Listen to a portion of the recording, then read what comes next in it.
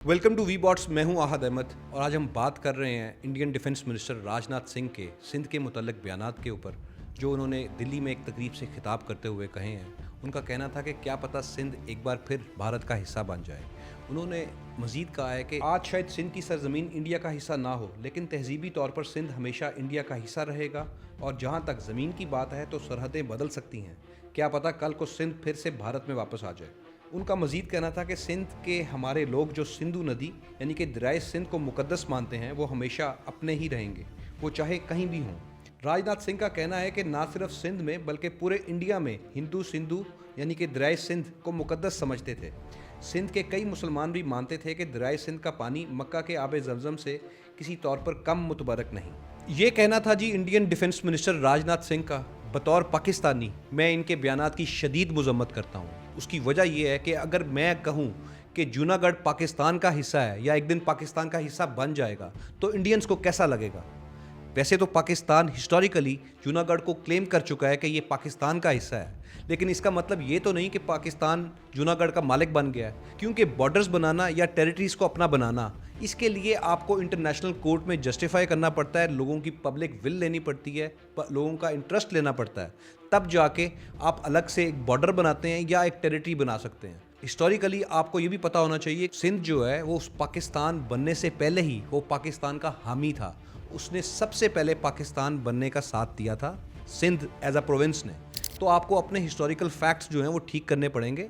यहाँ पे भी सिंधी अवाम है, उनके भी सेंटिमेंट्स हैं। और इसके साथ साथ मैं आपको ये याद करवाता जाऊँ कि आपके पास जो अपने मसाइल हैं, आपके अपने आप पंजाबी अवाम को या स्पेशली सिख कम्युनिटी की जो आवाज़ दबाते हैं, जो उनकी खालिस्तान मूवमेंट चल रही है, जिसमें वो खुल्लम खुल्ला मोदी सरकार और उनकी पॉलिसीज़ के ऊपर तनकीद करते हैं और वो कहते हैं कि ये मोदी सरकार हमेशा वोट बटोरने के लिए जंगी माहौल पैदा करती है। और हाल ही में जब पाकिस्तान और इंडिया की जंग हुई तो सिख कम्युनिटी ने पाकिस्तान का साथ दिया। उसमें कहा उन्होंने कि पाकिस्तान ने इंडिया के साथ ठीक किया है, इंडिया को ठीक सबक सिखाया है, इंडिया डिज़र्व करता था, क्योंकि मोदी सरकार ने ऐसा वहाँ पे इश्तियाल अंगेज़ी वाला माहौल बनाया हुआ था इलेक्शन से पहले, क्योंकि इलेक्शंस आगे बिहार के आ रहे थे तो उन्होंने माहौल बनाना था।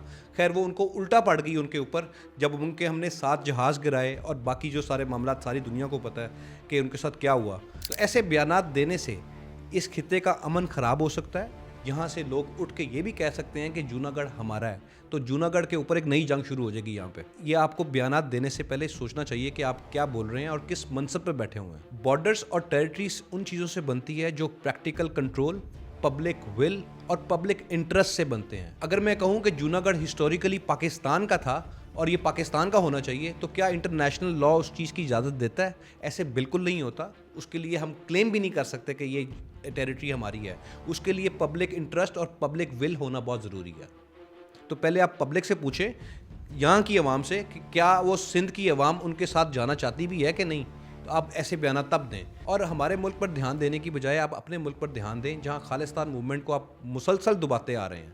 वहाँ पे सिख कम्युनिटी आपके और मोदी सरकार की पॉलिसीज़ के ऊपर वो बारहा ऑब्जेक्शंस रेस करते आ रहे हैं। आप उनकी पहले आवाज़ सुनें, उनकी मुश्किलात को दूर करें, फिर आप हमारी बात करें। और आपके यहाँ जो माइनॉरिटीज़ के साथ सालों से जो कुछ हो रहा है, वो हमारे पाकिस्तान में हमारे किसी इलाके में ऐसा कुछ नहीं है। आपके यहाँ तो वहाँ पे मुसलमानों के साथ जो ज़्यादतियाँ हो रही हैं, जो उनके मजहबी फरीज़े पूरे करने के लिए उनको डराया जाता है, यहाँ तक कि कत्ल व गरत कर दिया जाता है, तो आपको पहले उस पर ध्यान देना चाहिए और उनके राइट्स के ऊपर आपको ज़्यादा काम करने की ज़रूरत है। और राजनाथ सिंह साहब, सिंध से ज़्यादा बड़ी वाज़ेह दरार हमें पंजाब में नज़र आती है, जहाँ पे सिख कम्युनिटी इंडिया के साथ रहना ही नहीं चाहती। अगर आप वहाँ पे सर्वे करवाएं तो आपको पता चलेगा कि क्या सिख कम्युनिटी आपके साथ रहना चाहती है।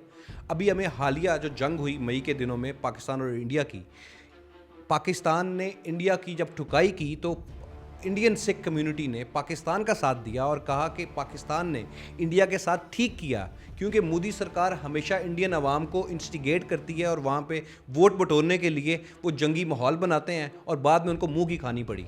तो आपको अंदाज़ा होना चाहिए कि सिख कम्युनिटी के कितने बड़े सेंटिमेंट्स हैं जो आपने हर्ट किए हुए हैं उनको पहले आप रिजॉल्व करें, बजाय हम पे कमेंट करने की बजाय। पाकिस्तानी वज़ारत ख़ारजा ने भी इस बयान पर अपना रद्द-ए-अमल दिया है और शदीद मज़म्मत की है, और इस बयान में कहा है, इंडियन वज़ीर दिफ़ा राजनाथ सिंह के बयान को गैर हकीकी, इश्तियाल अंगेज़ और ख़तरनाक हद तक तारीख को मस करने की कोशिश करार देते हुए इसकी सख्त मज़म्मत की है।